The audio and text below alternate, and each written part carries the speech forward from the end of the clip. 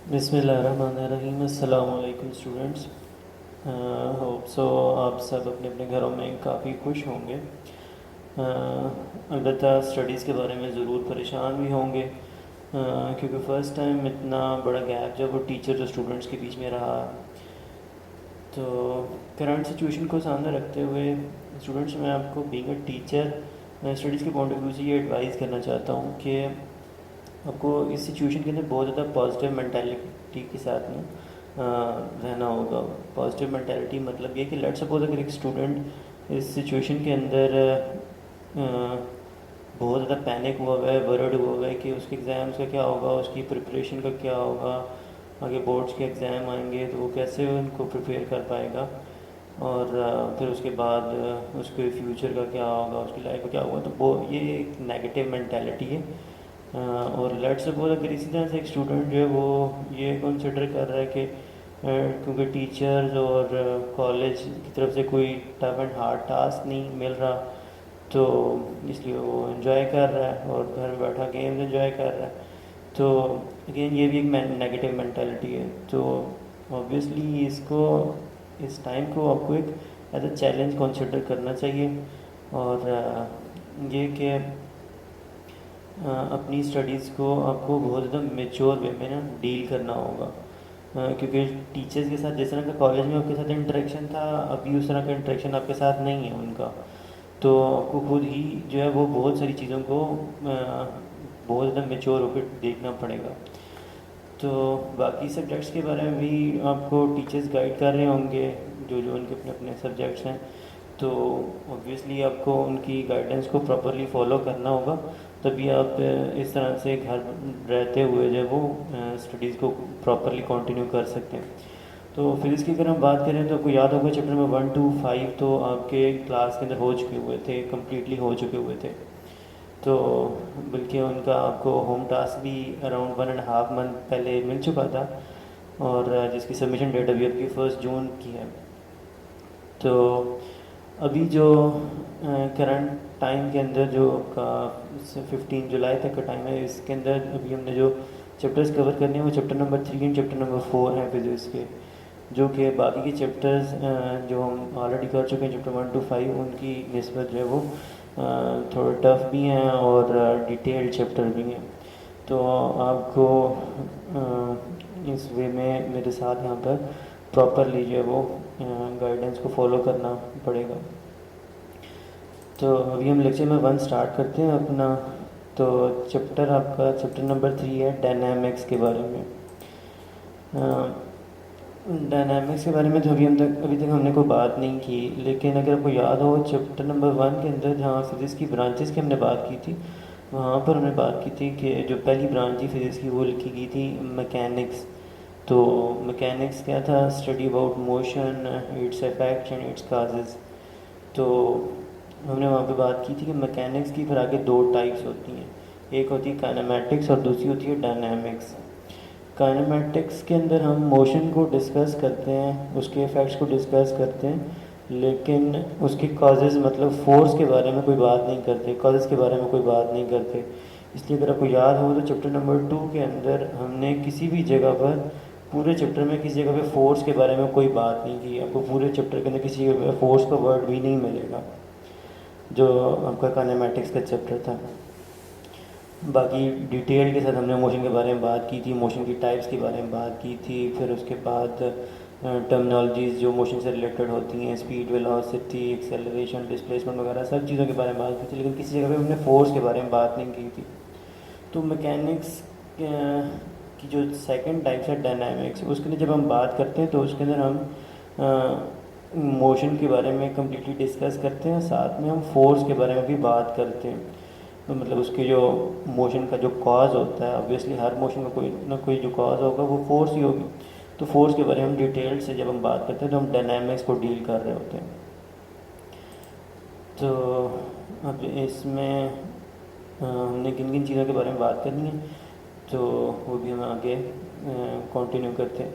लेकिन एक चीज़ मैं आपको पहले से स्टार्ट में ही बता रहा हूँ कि आपने इस चैप्टर को भी उसी वे में डील करते हैं। जिस तरह से क्लास में हमने चैप्टर नंबर 1 to 5 किए थे, मतलब ये कि क्लास में आपको याद होगा तो चैप्टर नंबर 1 to 5 के मैंने आपको नोट्स लिखवाए थे क्लास में, तो डिटेल नोट्स थे आपके। तो इसमें भी आपको क्वेश्चन बाय क्वेश्चन जो है वो नोट्स दिखाए जाएंगे, तो आपने उनको अपनी नोटबुक के ऊपर प्रॉपरली नोट कर लेना है और उनको प्रिपेयर भी करना है। तो ऑब्वियसली जो आपके फिर सितंबर एग्ज़ाम्स होंगे तो उनमें ये चैप्टर इंक्लूडेड होंगे। तो अभी हम बात करते हैं अपने चैप्टर नंबर 3 डायनामिक्स के बारे में। तो क्वेश्चन नंबर 1 आपका ये है कि डिफाइन मैकेनिक्स और also write down the types of mechanics. Mechanics की वही डेफिनेशन जो हमने चैप्टर नंबर 1 में पढ़ी थी, it is study of motion of object, it cause and effects. Mechanics की दो टाइप्स कौन सी हैं, वो एक काइनेमैटिक्स है और सेकेंडली दूसरी जो है वो डायनामिक्स है। तो kinematics is a branch of mechanics that deals with the study of motion of an object without discussing the cause of motion. कि इसके अंदर हम किसी भी जगह पे कॉज ऑफ मोशन मतलब फोर्स के बारे में कोई बात नहीं करते काइनेमैटिक्स के अंदर। Dynamics is a branch of mechanics that deal with the study of motion of an object and the cause of its motion. जबकि डायनामिक्स के अंदर हम उसके कॉज के बारे में भी बात करते हैं। तो ये कोई क्वेश्चन नंबर 1 है। ओवरऑल डायनामिक्स को अगर आप अंडरस्टैंड करना चाहते हैं तो उसके जो मेन थीम है वो न्यूटन के 3 लॉज हैं जो भी हमने इस चैप्टर में पढ़ने हैं, न्यूटन फर्स्ट लॉ, सेकंड और थर्ड लॉ। तो वही प्रॉपरली डायनामिक्स को एक्सप्लेन करते हैं। लेकिन उन लॉज को समझने से पहले आपको कुछ टर्मिनोलॉजीज़ हैं, इनके बारे में अंडरस्टैंडिंग होना ज़रूरी है। वो फोर्स है, इनर्शिया और मोमेंटम, ये 3 टर्मिनोलॉजीज़ हैं जिनके बारे में आपको अंडरस्टैंडिंग रखना बहुत ज़रूरी है। तो आज का लेक्चर हमारा भी इसी बारे में, फोर्स क्या है, इनर्शिया क्या है और मोमेंटम क्या है। क्वेश्चन नंबर 2 का एक्सरसाइज में खैर ये क्वेश्चन है, what is meant by force. तो फोर्स के बारे में कोई याद होगा कि हमने तो क्लास में उनको बताया था कि फोर्स जो है वो एक टेंडेंसी है जो कि आंखों से नज़र नहीं आती, लेकिन उसके जो इफ़ेक्ट्स होते हैं वो हमें डेली लाइफ में नज़र आते हैं। और वो 5 तरह के इफ़ेक्ट्स हैं जो कि हम डेली लाइफ में देखते हैं। उसमें नंबर 1 क्या है कि अगर कोई ऑब्जेक्ट रुका हुआ है तो हम उसको मूव करना चाहते हैं या मूव करने की कोशिश करना चाहते हैं तो हमें फोर्स अप्लाई करनी पड़ती है। और लेट्स सपोज अगर ऑब्जेक्ट को मूव कर रहा है, हम उसको रोकना चाहते हैं, रोकने की कोशिश करना चाहते हैं, तो अगेन हमें फोर्स अप्लाई करनी पड़ती है। और अगर लेट्स सपोज कोई ऑब्जेक्ट स्टेट चल रहा है और आपने उसकी डायरेक्शन चेंज करनी है तो आप विदाउट अप्लाइंग फोर्स आप उसकी डायरेक्शन चेंज नहीं कर सकते। और इसी तरीके से अगर आप किसी चीज़ का साइज़ छोटा करना चाहते हैं, कट डाउन करना चाहते हैं, स्मॉल करना चाहते हैं या उसकी शेप को चेंज करना चाहते हैं तो अगेन आपको फोर्स अप्लाई करनी पड़ती है। बुक्स आपकी अपनी बुक के अंदर भी मुख्तलिफ एग्जांपल्स इसके बारे में, फोर्स के बारे में दी हैं कि लेट्स सपोज अगर एक साइकिल है, अगर आप उसको मूव करना चाहते हैं, चलाना चाहते हैं तो आपको फोर्स अप्लाई करनी पड़ेगी। तो और ये चीज़ खैर लाजमी नहीं है कि जब भी आप किसी चीज़ के ऊपर फोर्स अप्लाई करें तो वो मूव भी करेगी। जिस तरह से इस एग्जांपल के अंदर अगर एक बंदा जो है वो दीवार को पुश कर रहा है, तो अगर दीवार नहीं भी मूव करी तो हम ये नहीं कहेंगे कि ये बंदा फोर्स नहीं अप्लाई कर रहा है, ऑब्वियसली ये बंदा फोर्स अप्लाई कर रहा है। और इसी तरीके से ये अगर कोई क्रिकेटर जो है वो बॉल की डायरेक्शन को चेंज करता है तो ऑब्वियसली उसको अपने हाथ से बैट के थ्रू उस बॉल पे फोर्स लगानी पड़ती है तभी उसकी डायरेक्शन चेंज होती है।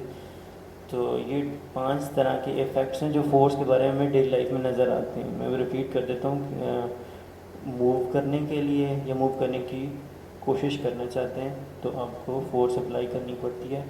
सेकेंडली स्टॉप करना चाहते हैं या स्टॉप करने की कोशिश करना चाहते हैं तो तब भी फोर्स अप्लाई करनी पड़ती है। थर्ड है कि अगर आप डायरेक्शन चेंज करना चाहते हैं। फोर्थ है कि अगर आप उसका साइज़ चेंज करना चाहते हैं किसी चीज़ का।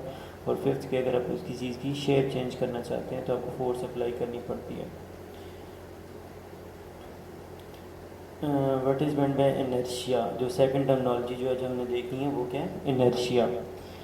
इनर्शिया क्या होता है? इनर्शिया भी किसी भी बॉडी की वो टेंडेंसी कि जिसके बिहाफ पर वो बॉडी अपने आप को रेजिस्ट करती है कि जिस सिचुएशन में वो बॉडी है वो उसी हालत में रहे। कि फॉर एग्ज़ाम्पल अगर कोई बॉडी रेस्ट में है तो आप उसको मूव करने की कोशिश करेंगे तो लाजमत है आपके हाथ के ऊपर फोर्स लगेगी। ये फोर्स जो लग रही है ये उस बॉडी के थ्रू एक मैसेज आपको मिल रहा है कि मैं जिस हालत में हूँ मुझे इसी हालत में रहने दो। तो ये उसकी इंट्रिंसिक प्रॉपर्टी है, हर बॉडी की एक इंट्रिंसिक प्रॉपर्टी होती है ये, इसको हम इनर्शिया कहते हैं। इसी तरीके से अगर कोई चीज़ मूव कर रही है, लेट्स सपोज कोई ट्रक मूव कर रहा है, साइकिल मूव कर रही है और आप उसके आगे खड़े हो जाते हैं और उसको रोकने की कोशिश करते हैं तो अगेन वो आगे से आपके हाथ के ऊपर, आपकी बॉडी के ऊपर एक इम्पैक्ट क्रिएट करेगा, एक जो है वो फोर्स क्रिएट करेगी वो बॉडी और आपको एक मैसेज देगी कि मैं जिस हालत में हूँ मुझे उसी हालत में रहने दो। तो ये उसकी इंट्रिंसिक प्रॉपर्टी जिसको हम इनर्शिया कहते हैं। तो लेकिन अगर हम डेली लाइफ में देखें तो अगर एक ट्रक एक स्पीड से आ रहा हो और उसी स्पीड से एक साइकिल आ रही हो तो साइकिल को ऑब्वियसली रोकना हमारे लिए आसान होता है, ट्रक को रोकना हमारे लिए मुश्किल होता है। इसका मतलब है कि जिसका मास ज़्यादा है उसके अंदर रेजिस्ट करने की एबिलिटी भी ज़्यादा है, मतलब उसका इनर्शिया ज़्यादा है। तो और डेली लाइफ में हम देखते हैं कि जिसका मास ज़्यादा होता है उस ऑब्जेक्ट को मूव करना मुश्किल होता है, उसको रोकना भी, अगर वो चल रहा हो तो उसको रोकना भी मुश्किल होता है।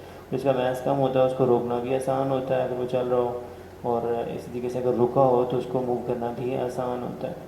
तो इनर्शिया मेनली डिपेंड किस पे करता है, मास के ऊपर। जिसका मास ज़्यादा होगा उसके अंदर इनर्शिया ज़्यादा होगा। कुछ एग्जांपल्स हैं मैं भी आपसे डिस्कस करूँगा, आपको इनर्शिया का कॉन्सेप्ट काफ़ी हद तक क्लियर हो जाएगा। लेट्स सपोज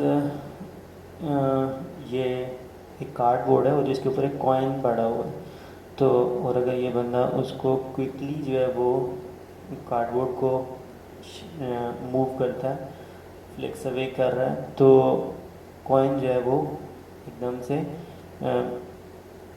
ग्लास के अंदर आके गिर जाएगा। वो ग्लास में क्यों गिरेगा, ऑब्वियसली वो अपनी जगह पर रहने की कोशिश करेगा। तो मतलब वो कार्डबोर्ड के साथ मूव नहीं करेगा, कार्डबोर्ड तो आगे मूव कर जाएगा लेकिन वो अपनी जगह पर रुकने की कोशिश करेगा, इसकी वजह से वो फिर इन द एंड ग्लास में ड्रॉप आउट हो जाएगा। इसी तरीके से अगर एक कॉइन्स का स्टैक है और उसके नीचे आप एक पेपर स्ट्रिप रखी हुई है और उस पेपर स्ट्रिप को आप बहुत तेज़ी से मूव करते हैं, पुल करते हैं, तो जो कॉइन का स्टैक जो है वो अनडिस्टर्ब वे में वहीं पर ही रहेगा due to its property of inertia, कि वो सारे कॉइन्स जो हैं वो चाहते हैं कि वो जिस जगह पर हैं वो उसी जगह पर रहें। अब ये मोहतरम लिसन से अपना शो दिखा रहे हैं, तो इसके अंदर भी अगेन जो है ये जो यहाँ पे प्लेट्स पड़ी हैं या स्पूंज पड़ी हैं, ग्लास पड़े हैं, तो उनका इनर्शिया यहाँ पर रिप्रेजेंट हो रहा है कि वो सारी चीज़ें जो हैं वो अपनी जगह पर रहने की कोशिश कर रही हैं और इस तरह से इनके इस पीस ऑफ क्लॉथ को मूव करने के बावजूद वो चीज़ें उस पीस ऑफ क्लॉथ के साथ मूव नहीं हुई, just because of the property of inertia. अच्छा, लेट्स सपोज इसी तरीके से अगर आप किसी जंगल के अंदर मूव कर रहे हो और कोई एलिफेंट जो है वो आपके बिहाइंड आने लग जाए, तो आपके पास जो सिंपल सा वे है अपने आप को एस्केप आउट करने का, वो ये है कि पहले तो आप बहुत स्पीड से भागें। तो जब भागेंगे तो ऑब्वियसली एलिफेंट भी आपके पीछे आ रहा है, तो जैसे ही आपको कोई ऑप्शनल जगह मिलती है जहाँ पर आप जो है वो टर्न आउट हो सकते हैं, तो एकदम से आप टर्न ले लें। तो उससे क्या होगा, क्योंकि आपका मास कम है एज़ कम्पेयर टू एलिफेंट के, तो आपका इनर्शिया भी कम है, तो आप तो इजीली जो है वो अपनी डायरेक्शन को चेंज कर सकते हैं, तो अपनी पोजीशन को चेंज कर सकते हैं। लेकिन एलिफेंट का क्योंकि मास ज़्यादा है, उसका इनर्शिया ज़्यादा है, तो वो जिस वे में मूव कर रहा था उसके लिए अपनी डायरेक्शन को चेंज करना, अपने मूवमेंट को चेंज करना बहुत ज़्यादा डिफ़िकल्ट होगा। बेशक वो चाहता भी रहे, लेकिन ये कि उसकी बॉडी की इंट्रिंसिक प्रॉपर्टी है कि जिस तरह से वो मूव कर रहा था उसी तरह से वो स्ट्रेट डायरेक्शन में मूव करने की कोशिश करेगा अभी भी। तो इनर्शिया के अंदर ओवरऑल हम तीन चीज़ों के बारे में डिस्कस कर रहे होते हैं कि इनर्शिया किसी भी बॉडी की ये प्रॉपर्टी है कि अगर कोई चीज़ रेस्ट में है तो वो रेस्ट में रहने की कोशिश करती है, या मूव कर रही है तो मूव करने की कोशिश करती है। और थर्ड ये कि अगर मूव कर रही है तो मूव भी स्ट्रेट डायरेक्शन में ही करने की कोशिश करती रहती है। तो इस वजह से जिस चीज़ का इनर्शिया ज़्यादा होता है उसके लिए एकदम से टर्न करना मुश्किल होता है। वो ऑब्जेक्ट फिर भी चाहता यही है कि वो स्ट्रेट डायरेक्शन में ही मूव करता रहे, इसलिए वो टर्न इजीली नहीं कर सकता। तो ये एक और कॉमन एग्जांपल है कि सीट बेल्ट की, कि लेट्स सपोज अगर एक ड्राइवर है जो कि सीट बेल्ट जिसने नहीं पहनी हुई, तो क्या होगा कि अगर वो हाई स्पीड से कार ट्रैवल कर रहा था और अचानक से जो है वो उसको ब्रेक लगानी पड़ गई, तो जैसे ही वो ब्रेक लगाएगा तो क्योंकि उसकी पूरी body in the condition of movement थी, कार मूव कर रही थी, तो कार के साथ वो, कार के अंदर जो भी चीज़ होती है ऑब्वियसली वो कार के साथ मूव कर रही होती है। तो ये ऑब्वियसली जो ड्राइवर था वो भी इन कंडीशन ऑफ मूवमेंट था। तो जैसे ही ब्रेक लगेगी तो कार तो अपनी जगह पे रुक जाएगी, लेकिन जो है वो जो उसकी बॉडी होगी ड्राइवर की, वो अभी भी मूवमेंट करने की कोशिश करेगी ड्यू टू इट्स इनर्शिया। तो और उसको कोई रोकने वाली चीज़ नहीं होगी, तो वो जो भी उसके सामने चीज़ आएगी वही फिर उसको रोकेगी, तो उसके साथ वो हिट करेगा, तो उसके लिए फिर इस तरह से एक्सीडेंट का चांस बन जाएगा। तो लेकिन अगर लेट सपोज अगर आपने सीट बेल्ट पहनी हुई है या ड्राइवर ने सीट बेल्ट पहनी हुई है और अगर वो फिर ब्रेक लगाता है, तो उसको एक्सटर्नल सोर्स के तौर पर जो है वो सीट बेल्ट जो है वो उसको, उसकी बॉडी अभी भी मूव करने की कोशिश करेगी जब वो ब्रेक लगाएगा, लेकिन ये कि सीट बेल्ट जो है वो एक्सटर्नल सोर्स के तौर पर उसको बैक हैंड के ऊपर रोके रखेगी। तो इस तरह से यहाँ पर सीट बेल्ट जो है वो नलीफाई कर रही होती है, कैंसिल कर रही होती है इनर्शिया के इफेक्ट को। और ये एक और कॉमन सी एग्जांपल है कि लेट्स सपोज आपके पास दो बकेट्स हों, एक फुल ऑफ सैंड और एक एम्प्टी बकेट हो, तो ऑब्वियसली जिसमें फुल ऑफ सैंड, जो फुल ऑफ सैंड है वो उसका मास ज़्यादा है, तो उसका इनर्शिया ज़्यादा है, तो उसको अगर आपने मूव करना है तो आपको ठीक ठाक फोर्स लगानी पड़ेगी, तो वो काफ़ी ज़्यादा रेजिस्ट करेगी, जबकि जो एम्प्टी बकेट है वो ज़्यादा रेजिस्ट नहीं करेगी। क्वेश्चन नंबर 4 जो है, क्वेश्चन नंबर 4, 5 एंड 6, ये 3 क्वेश्चंस हैं जो कि पैसेंजर जो कि बस मूव कर रहे होते हैं उनके बारे में। तो क्वेश्चन नंबर 4 है आपका, why does the passenger move outward when a बस टेक्स अ शार्प टर्न, कि अगर एक बस अचानक से जब वो उसको शार्प टर्न लेना पड़ जाए तो जो पैसेंजर बस में स्पेशली जो खड़े होते हैं वो आउटवर्ड मूव करते हैं, तो ऐसा क्यों होता है? तो उसकी सिंपल सी रीज़न ये है कि जब बस स्ट्रेट चल रही थी वो पैसेंजर भी बस के साथ स्ट्रेट चल रहे थे। अब जब बस टर्न लेगी तो वो पैसेंजर तो अभी भी स्ट्रेट चलने की कोशिश करेंगे, उनकी इंट्रिंसिक प्रॉपर्टी यही होगी कि वो अभी भी स्ट्रेट मूव करें। तो अब जो उनकी बॉडी का लोअर पार्ट है, मतलब जो उनके फीट हैं, वो तो बस के फ्लोर के साथ इन कांटेक्ट है, जिसके बिहाफ के ऊपर वो बस के साथ साथ ही मूव करेंगे वो फीट।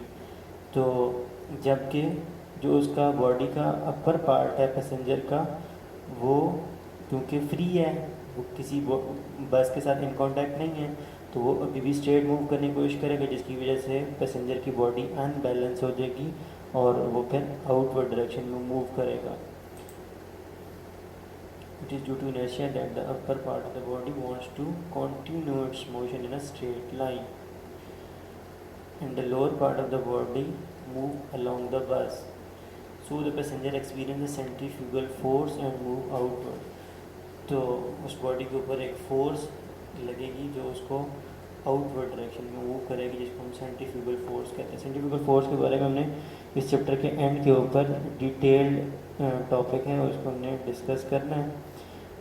इन शॉर्ट मैं आपसे बात कर देता हूँ इस बारे में कि हमने चैप्टर नंबर 5 के अंदर एक जगह पे आखिरी टॉपिक के अंदर हमने सेंट्रीपिटल फोर्स की बात की थी। सेंट्रीपिटल फोर्स वो फोर्स होती है जो ऑब्जेक्ट को सेंटर की तरफ पुल करती है, जबकि सेंट्रीफ्यूगल फोर्स उसका रिएक्शन होता है जो कि ऑब्जेक्ट को बाहर की तरफ आउट ऑफ द सर्कल जो है वो पुल करती है। तो इस वे में जब बस जो है वो सर्कुलर वे में टर्न कर रही होगी तो पैसेंजर जो है वो आउटवर्ड डायरेक्शन में बाहर की तरफ उसके ऊपर एक सेंट्रीफ्यूगल फोर्स लगेगी।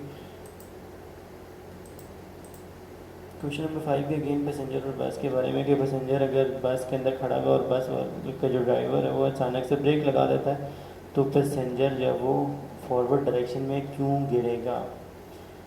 तो सिंपल सी वही रीज़न है कि जो उसका अपर पार्ट है वो फ्री है, जबकि उसका लोअर पार्ट जो है वो बॉडी का उसका इन कांटेक्ट है विद द बस। तो वो तो बस के साथ जैसे ब्रेक लगेगी तो वो बस के साथ ही उसका लोअर पार्ट तो रुक जाएगा, लेकिन जो उसका अपर पार्ट है वो फ्री है तो वो अपनी उसी मूवमेंट को कंटिन्यू करने की कोशिश करेगा due to the intrinsic property of inertia.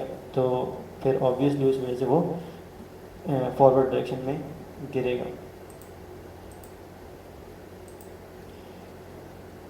Y it is dangerous to travel on the roof of a bus, कि अगर आप बस की रूफ के ऊपर ट्रैवलिंग कर रहे हो तो ये डेंजरस क्यों होता है। तो वही जो हम क्वेश्चन नंबर 5 और क्वेश्चन नंबर 4 के अंदर रीजंस देख चुके हैं कि अगर लेट्स सपोज बस सडनली टर्न करती है तो भी वहाँ पर जो है वो बैलेंस रहना डिफ़िकल्ट हो जाता है, अपने आप को बैलेंस करना डिफ़िकल्ट हो जाता है। और इसी तरीके से जो है वो और बस के अंदर अगर खड़े हों तो ऑब्वियसली आप किसी न किसी चीज़ को जो है वो ग्रिप कर सकते हैं, लेकिन बस के रूफ के ऊपर तो ऑब्वियसली किसी को ग्रिप नहीं किया जा सकता। और इसी के से अगर बस जो है वो अचानक ब्रेक लगा दे तो भी जो है वो वहाँ पर बॉडी बैलेंस नहीं रहती।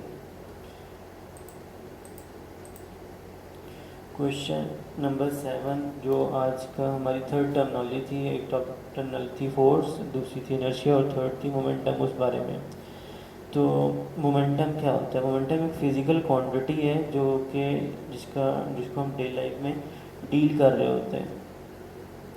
तो वो क्या चीज़ है momentum, a physical quantity used to understand the impact of the objects. कि सिंपल वर्ड्स में अगर लेट्स सपोज एक ऑब्जेक्ट मूव कर रहा हो, क्योंकि मोमेंटम मूविंग बॉडी से रिलेटेड एक फिजिकल क्वांटिटी है, कि अगर अब एक ऑब्जेक्ट लेट्स सपोज मूव कर रहा हो और वो ऑब्जेक्ट फिर मूव करते करते जाके किसी दूसरे ऑब्जेक्ट को जाके हिट करे तो दूसरे ऑब्जेक्ट को के ऊपर वो कितना इम्पैक्ट क्रिएट करेगा, कितना उसके ऊपर असर डालेगा, या सिंपल वर्ड में कितना उसको उसने नुकसान पहुंचाना है। तो जो उसके ऊपर उसका इम्पैक्ट होना है सेकंड बॉडी के ऊपर, वो इस मूविंग बॉडी का मोमेंटम कहलाएगा। तो अब सिंपल सी बात है कि अगर हम डेली लाइफ के अंदर देखें तो हम इजीली इस चीज़ को आइडेंटिफाई कर सकते हैं कि अगर एक ऑब्जेक्ट जिसका मैस ज़्यादा है और एक ऑब्जेक्ट जिसका मैस कम है, दोनों एक ही स्पीड से मूव कर रहे हों, तो जिसका मैस ज़्यादा होगा वो जब जाके किसी सेकंड ऑब्जेक्ट को जाके हिट करेगा, तो किसी बॉडी को जाके हिट करेगा तो ऑब्वियसली उसको काफ़ी ज़्यादा इम्पैक्ट फील होगा। और अगर एक हल्की चीज़ मूव कर रही हो तो वो जाके किसी ऑब्जेक्ट को जाके हिट करे तो इतना ज़्यादा इम्पैक्ट फील नहीं होगा उसको। तो फॉर एग्जांपल जैसे हमने पहले एग्जांपल दी थी आपको कि एक साइकिल हो और एक जो है वो ट्रक हो, तो साइकिल अगर जाके किसी बॉडी को हिट करे तो इतना इम्पैक्ट क्रिएट नहीं होगा, और ट्रक अगर जाके किसी तरीके से किसी बॉडी को जाके हिट करता है तो काफ़ी ज़्यादा इम्पैक्ट जो है वो क्रिएट होता है क्योंकि उसका मैस ज़्यादा है। तो इसके मैस के अलावा एक और फैक्टर भी है जो कि इम्पैक्ट क्रिएट करने में रोल प्ले करता है। वो क्या होना चाहिए, वो उस ऑब्जेक्ट की जो ऑब्जेक्ट मूव कर रहा है उसकी स्पीड या वेलोसिटी है। तो डेली लाइफ में हम देखते हैं कि ऑब्जेक्ट जिसकी वेलोसिटी ज़्यादा होती है वो इम्पैक्ट भी ज़्यादा क्रिएट करता है, और जिसकी स्पीड कम होती है वो इतना ज़्यादा इम्पैक्ट क्रिएट नहीं करता। कि लेट्स सपोज आपके हाथ में बुलेट हो, अब आप बुलेट को अपने हाथ से थ्रो करें और एक दफ़ा बुलेट को आप जो है वो पिस्टल की गन से फायर करें, तो दोनों सूरतों में इम्पैक्ट एक जैसा नहीं होगा, क्योंकि जब आप उसको पिस्टल या गन से फायर करेंगे तो उसकी वेलोसिटी बहुत हाई होगी जिसकी वजह से वो जिस बॉडी को हिट करेगी उसके ऊपर काफ़ी ज़्यादा इम्पैक्ट क्रिएट होगा। तो इस तरह से हम इसका रिज़ल्ट ये निकाल सकते हैं कि मोमेंटम दो चीज़ों के बिहाव पर क्रिएट होता है, एक उस बॉडी के मास के बिहाव पर और दूसरा उस बॉडी की वेलोसिटी के बिहाव पर। Momentum of body is the quantity of its motion it possesses due to its mass and velocity. तो बहरहाल ये बात आपने जहन में रखनी है कि मोमेंटम जो है वो वेक्टर क्वांटिटी और इसकी डायरेक्शन होती है, और इसकी डायरेक्शन हमेशा उसी तरफ होती है जिस तरफ ऑब्जेक्ट की वेलोसिटी की डायरेक्शन होती है। मतलब जिस डायरेक्शन में ऑब्जेक्ट मूव कर रहा होता है वही डायरेक्शन ऑब्जेक्ट की मोमेंटम की होती है। मोमेंटम का फार्मूला होता है, क्योंकि दो ही चीज़ों पर डिपेंड कर रहा है, मास एंड वेलोसिटी पर, तो इसलिए मोमेंटम का फार्मूला मास इनटू वेलोसिटी। तो इसको मोमेंटम को हम पी से डिनोट करते हैं, तो P is equal to m into v. Unit of momentum जो है वो हमारे पास ऑब्वियसली फिर क्या होगी, kg/ms - 1, क्योंकि मास की kg और वेलोसिटी की मीटर पर सेकेंड। तो ये यूनिट आपने याद रखनी है, और सेकेंडली आपने ये भी चीज़ याद रखनी है कि मोमेंटम वेक्टर क्वांटिटी है। क्वेश्चन नंबर 7 जो कि मोमेंटम से रिलेटेड है, इसके बारे में बात करते हैं। Bullet has a very small inertia due to its small mass. क्योंकि इनर्शिया के बारे में हमने बात की थी कि जिस चीज़ का मास कम होता है उसका इनर्शिया भी कम होता है। तो बुलेट क्योंकि उनको मास कम होता है इसलिए उसका इनर्शिया तो कम ही होता है। लेकिन वो क्वेश्चन ये पूछ रहा है कि but why does its impact is so strong when it is fired from the gun. कि जब आप एक गन से एक बुलेट को फायर करते हैं तो फिर उसका जो है इम्पैक्ट क्यों इतना ज़्यादा होता है जबकि उसका इनर्शिया तो काफ़ी कम है। तो उसकी वजह क्या है कि इम्पैक्ट का ताल्लुक जो है, इम्पैक्ट का रिलेशन मोमेंटम के साथ है, इनर्शिया के साथ नहीं है। तो क्यों, और के मोमेंटम के अंदर हम दोनों चीज़ों को डील करते हैं, मास एंड वेलोसिटी को। तो ठीक है, बुलेट का मास काफ़ी कम है, लेकिन वेलोसिटी जब वो फायर हो रही है गन से तो ऑब्वियसली उसकी वेलोसिटी काफ़ी ज़्यादा होगी, जिसकी वजह से उसका मोमेंटम ज़्यादा होगा। जो मोमेंटम ज़्यादा होगा तो ऑब्वियसली उसका फिर इम्पैक्ट भी ज़्यादा होगा। और इसी तरीके से एक लोडेड ट्रक है, तो वो अगर काफ़ी कम वेलोसिटी से भी चल रहा हो, काफ़ी कम स्पीड से चल रहा हो, तब भी उसको अगर वो ट्रक जाके किसी को हिट करेगा तो काफ़ी ज़्यादा इम्पैक्ट क्रिएट होता है। तो उसकी वजह क्या है, तो मोमेंटम, इम्पैक्ट का ताल्लुक मोमेंटम से है, और मोमेंटम के अंदर हम जस्ट स्पीड की बात नहीं करते कि ये ट्रक स्लो स्पीड से आ रहा तो इम्पैक्ट स्लो होगा या मोमेंटम स्लो होगा। तो मोमेंटम के अंदर हम मास एंड वेलोसिटी दोनों को डील करते हैं कि इम्पैक्ट जो क्रिएट होता है वो मास भी डील करता है, और इम्पैक्ट जो क्रिएट होता है वो वेलोसिटी को भी डील कर रहा होता है। तो ठीक है, अगर ट्रक का मास जो है वो अगर ट्रक की स्पीड काफ़ी कम है तो मास बहुत ज़्यादा है, जिसकी वजह से ओवरऑल उसका मोमेंटम काफ़ी ज़्यादा हो जाएगा और इम्पैक्ट भी उसका काफ़ी ज़्यादा होगा जब वो किसी बॉडी को हिट करेगा।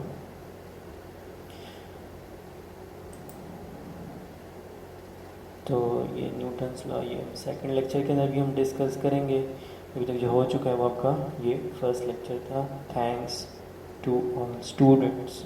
अल्लाह हाफिज़।